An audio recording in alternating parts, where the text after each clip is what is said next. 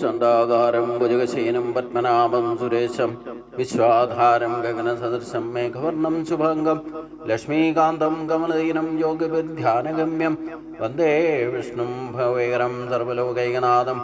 ഓം നമോ ഭഗവതേ വാസുദേവായ. നമോ ഭഗവതേ വാസുദേവായ. ഓം ശ്രീകൃഷ്ണായ പരബ്രഹ്മണേ നമഃ. എല്ലാ സജ്ജനങ്ങൾക്കും ഗുരുവായൂരപ്പന്റെ നാമത്തിൽ സാഷ്ടാംഗ പ്രണാമം.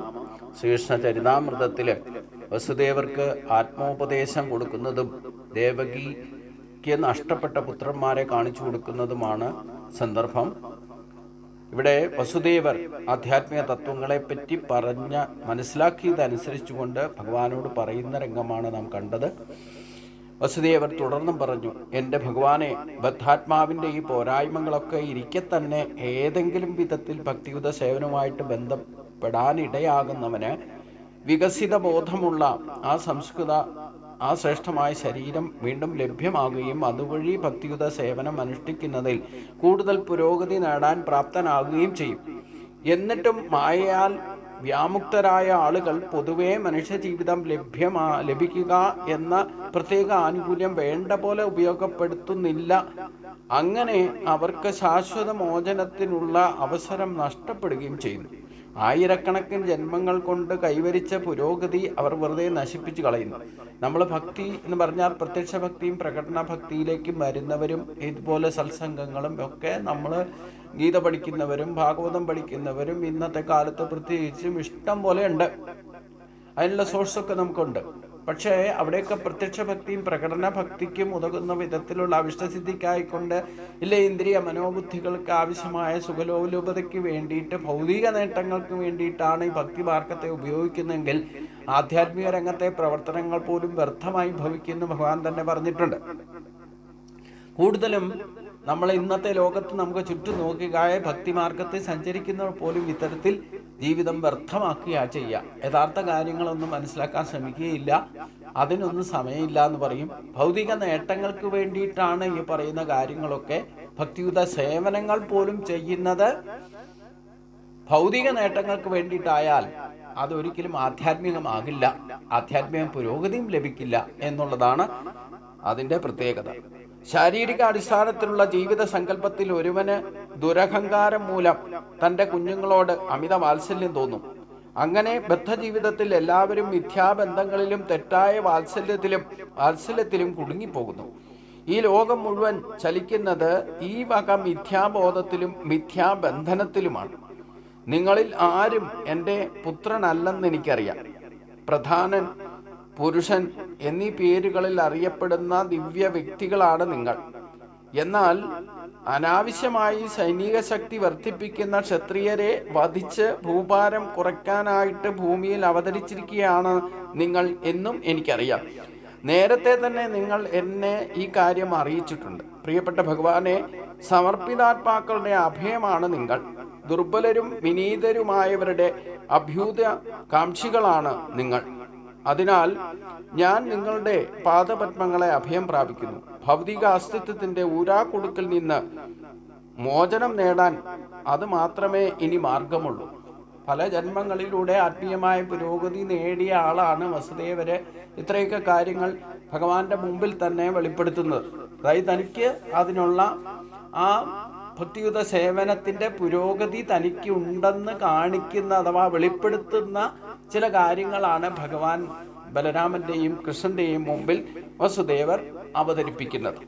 അതുകൊണ്ട് സ്വയം പറയുന്നു, ശാരീരികാടിസ്ഥാനത്തുള്ള ജീവിത സങ്കല്പത്തിൽ ഒരുവന് ഈ പറയുന്ന ബന്ധനങ്ങൾ ഉണ്ടാകാൻ എന്തൊക്കെയാ കാരണം? ദുരഹങ്കാരം, തൻ്റെ കുഞ്ഞുങ്ങളോടും ഇല്ലേ ബന്ധുക്കളോടും അമിതമായിട്ടുള്ള വാത്സല്യം.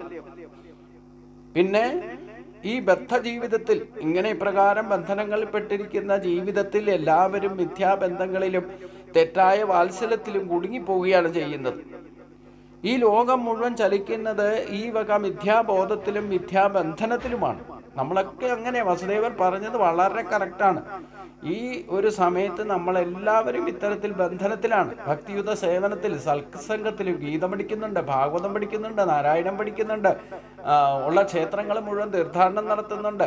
ഇത്രയൊക്കെ ചെയ്തിട്ട് നമ്മൾ ഈ മിഥ്യാബോധത്തിലാണ്, ഇതിനപ്പുറത്തേക്ക് കടന്നിട്ടില്ല, മിഥ്യാബന്ധനത്തിലുമാണ്. മിഥ്യാബോധം മാറാതെ മിഥ്യാബന്ധനത്തിൽ നിന്നും മുക്തിയാകില്ല എന്നർത്ഥം.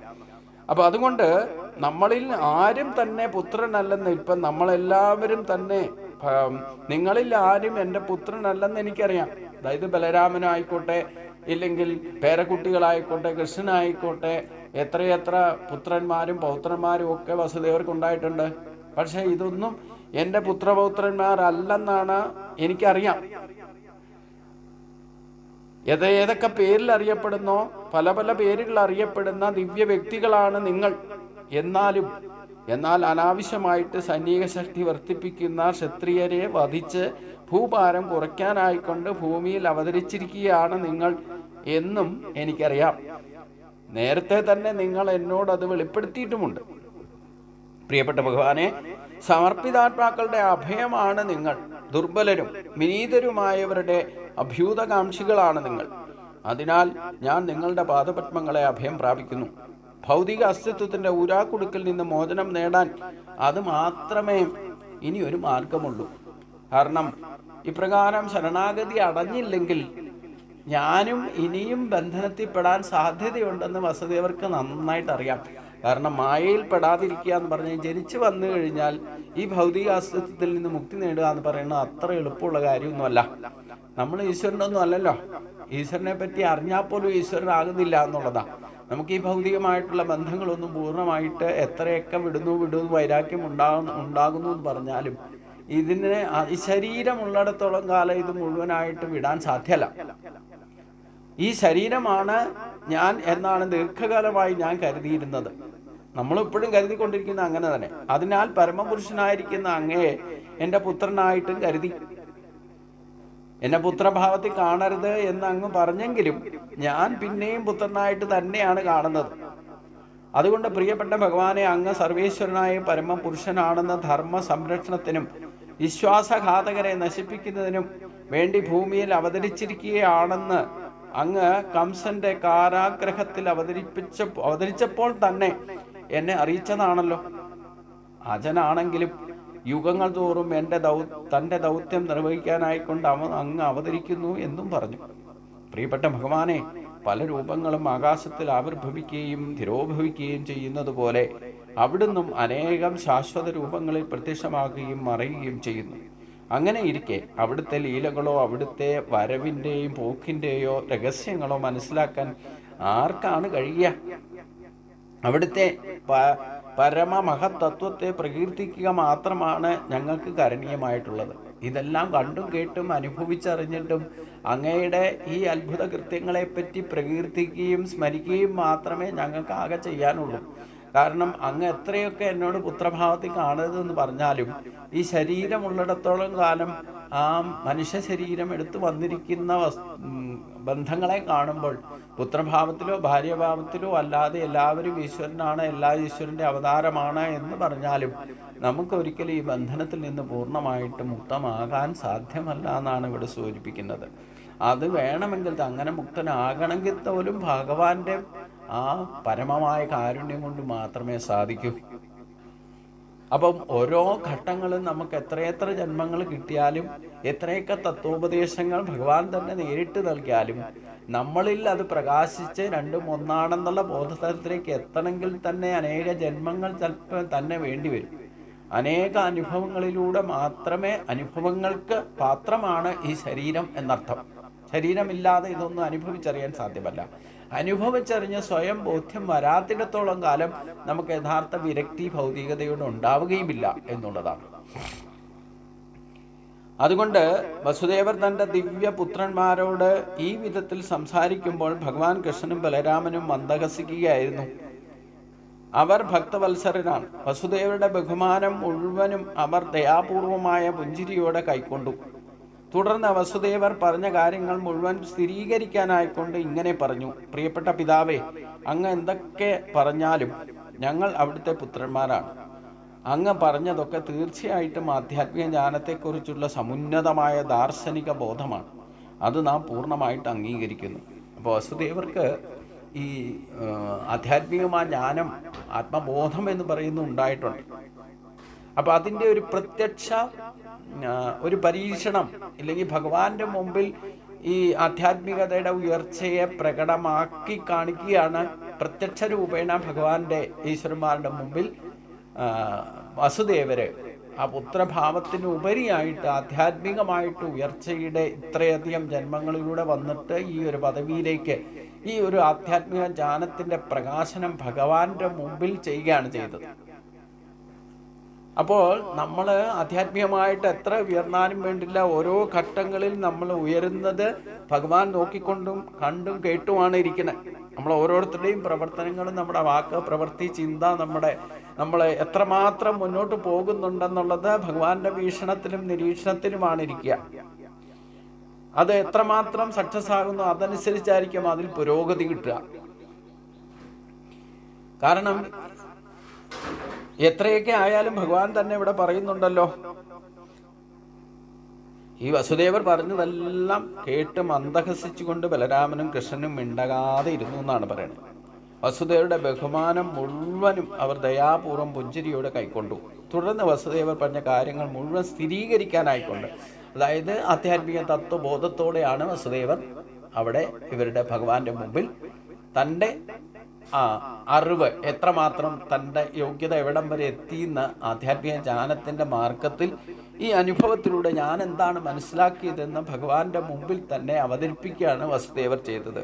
അത് കേട്ടിട്ട് ഭഗവാൻ പറഞ്ഞു, പ്രിയപ്പെട്ട പിതാവേ, അങ്ങ് എന്തൊക്കെ പറഞ്ഞാലും വേണ്ടില്ല, എന്തൊക്കെ അങ്ങേക്ക് പറഞ്ഞു തന്നാലും വേണ്ടില്ല, ഞങ്ങൾ അവിടുത്തെ പുത്രന്മാർ തന്നെയാണ്. പ്രത്യക്ഷ രൂപേണ ശാരീരികമായ ബന്ധം നോക്കിക്കഴിഞ്ഞാൽ രക്തബന്ധം കൊണ്ട് അങ്ങയുടെ പുത്രന്മാരായിട്ട് തന്നെ ജനിച്ചവരാണ് ഞങ്ങൾ. അത് പ്രത്യക്ഷ പ്രമാണമാണ്. പക്ഷേ ആധ്യാത്മിക തലത്തിൽ ഇവർ പുത്രന്മാരാണോ എന്ന് ചോദിച്ചാൽ പുത്രന്മാരായിട്ട് കാണരുത് എന്നുകൂടി ഇതിനു മുമ്പ് സൂചിപ്പിച്ചു. അതേ ഭഗവാൻ തന്നെയാണ് വസുദേവരോട് പറയുന്നത്, അങ്ങയുടെ പുത്രന്മാർ തന്നെയാണ് ഞങ്ങൾ. അങ്ങ് പറഞ്ഞതൊക്കെ തീർച്ചയായിട്ടും ആധ്യാത്മിക ജ്ഞാനത്തെക്കുറിച്ചുള്ള സമുന്നതമായ ദാർശനിക ബോധമാണ്. അപ്പം ആ ദാർശനിക ബോധതലത്തിലേക്ക് വസുദേവർ എത്തിയിട്ടുണ്ടെന്നർത്ഥം. ആ ഒരു സ്ഥിതിയിലേക്ക് എത്തിയത് പല പ്രാവശ്യം, അതായത് കാരാഗ്രഹത്തിൽ നിന്നതിന് മുമ്പ് കംസന്റെ കാരാഗ്രഹത്തിൽ അവതരിച്ചപ്പോൾ തന്നെ എന്നെ അങ്ങ് ഈ ആധ്യാത്മിക രഹസ്യം അറിയിച്ചിരുന്നു.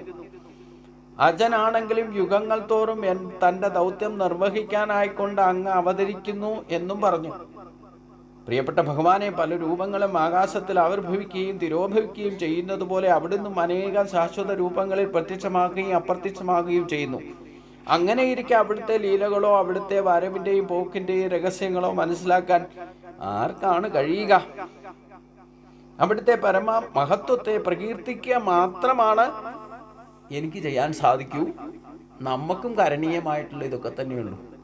എത്രയൊക്കെ നമ്മൾ ഭഗവാനെ പറ്റി മനസ്സിലാക്കാൻ ശ്രമിച്ചാലും ഭഗവാന്റെ ആ മഹത്വത്തെ, അതിൻ്റെ രഹസ്യത്തെയും പൂർണ്ണമായിട്ട് മനസ്സിലാക്കാൻ വസുദേവർക്ക് പോലും സാധിച്ചില്ല എങ്കിൽ പിന്നെ നമുക്ക് സാധിക്കും.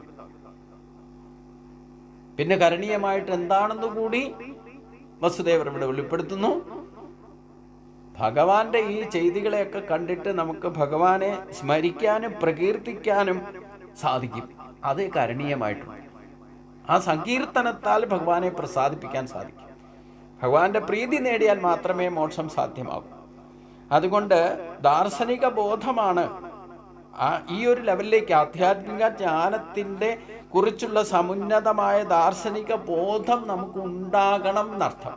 വസുദേവർക്ക് അതുണ്ടായി എന്ന് ഭഗവാൻ തന്നെ സമ്മതിക്കുന്നു. അപ്പോൾ ക്വാളിഫൈഡ് ആയി. എന്തിനാ? മോക്ഷമാർഗത്തിലേക്ക്. അതും എത്രയെത്ര ജന്മങ്ങളിലൂടെ ഭഗവാൻ തന്നെ പുത്രനായിട്ട് അവതരിക്കണം എന്ന്, എൻ്റെ പുത്രനായിട്ട് വരണമെന്ന് ഇവരുടെ പ്രാർത്ഥന അനുസരിച്ചുകൊണ്ട് അതിനുള്ള യോഗ്യത കൊടുത്ത് ഭഗവാൻ ബലരാമനും കൃഷ്ണനും വസുദേവരുടെ പുത്രന്മാരായിട്ട് ജനിച്ചു. ഞങ്ങൾ അങ്ങയുടെ പുത്രന്മാർ തന്നെയാണെന്നും പറഞ്ഞു. പക്ഷേ ആധ്യാത്മികമായ മഹത്വത്വത്തെ പുത്രനായിട്ട് കാണരുത് എന്ന് ഉപദേശം സ്വീകരിച്ചുകൊണ്ട് തന്നെ വസുദേവർ ആധ്യാത്മിക ബോധം, ആധ്യാത്മിക ജ്ഞാനത്തിൻ്റെ പരമരഹസ്യമായിരിക്കുന്ന ബോധം വെളിപ്പെടുത്തുകയാണ് ഇവിടെ ഭഗവാന്റെ മുമ്പിൽ. അത് നാം പൂർണ്ണമായിട്ട് അംഗീകരിക്കുന്നു എന്ന് ഭഗവാൻ കൃഷ്ണൻ പറഞ്ഞു. വസുദേവൻ സ്വന്തം പിതാവിനോട് പോലും ആധ്യാത്മികമായിട്ട് എത്രമാത്രം പിതാവ് ഉയർന്നിട്ടുണ്ടെന്നുള്ളത് ഈ വസുദേവരുടെ വാക്കുകളിൽ നിന്നും ഭഗവാൻ കൃഷ്ണൻ ബോധിച്ചിട്ട് പറഞ്ഞു, അത് നാം പൂർണ്ണമായിട്ട് അംഗീകരിക്കുന്നു.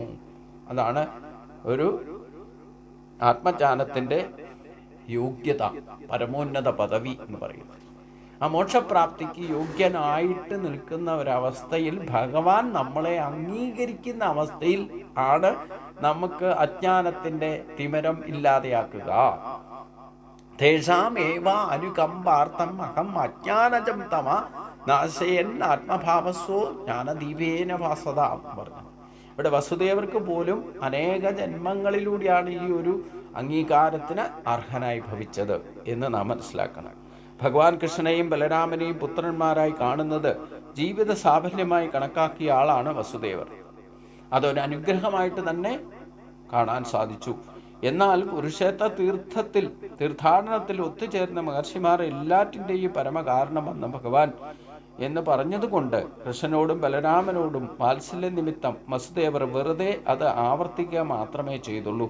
വസുദേവരുമായിട്ട് തനിക്കുള്ള പിതൃപുത്ര ബന്ധത്തിൻ്റെ ചില വില കുറയ്ക്കാൻ ഭഗവാൻ കൃഷ്ണൻ ഇഷ്ടപ്പെട്ടില്ല. അതിനാൽ തൻ്റെ മറുപടിയുടെ തുടക്കത്തിൽ താൻ എക്കാലവും വസുദേവരുടെ പുത്രനാണെന്നും വസുദേവർ തൻ്റെ പിതാവാണെന്നുമുള്ള വസ്തുത അദ്ദേഹം അംഗീകരിക്കുകയാണ് ചെയ്തത്. ഇവിടെയാണ് നമ്മൾ ആ പുത്ര പൗത്ര ബന്ധങ്ങളെ പറ്റിയുള്ള എങ്ങനെ നമുക്ക് അതിനോട് അറ്റാച്ച്മെന്റ് കുറയ്ക്കാൻ സാധിക്കും. മമതാബന്ധം ഇല്ലാതെ നിസ്സംഗഭാവത്തിൽ പുത്രപൗത്ര ഭാതികളെ ഈ ബന്ധങ്ങളോ ബന്ധനങ്ങളാകാതെ ശ്രദ്ധിക്കുക എന്നുള്ളതാണ് നമുക്ക് കരണീയമായിട്ടുള്ളത്. ബന്ധങ്ങളാകാം, പക്ഷെ ബന്ധനമാകരുത്. അതാണ് ഇവിടെ വസുദേവരിലൂടെ നമുക്ക് കാണാൻ സാധിക്കുന്നത്. ഇതിൻ്റെ അടുത്ത ഭാഗം നമുക്ക് അടുത്ത ദിവസം ചിന്തിക്കാം. എല്ലാവർക്കും നമസ്കാരം.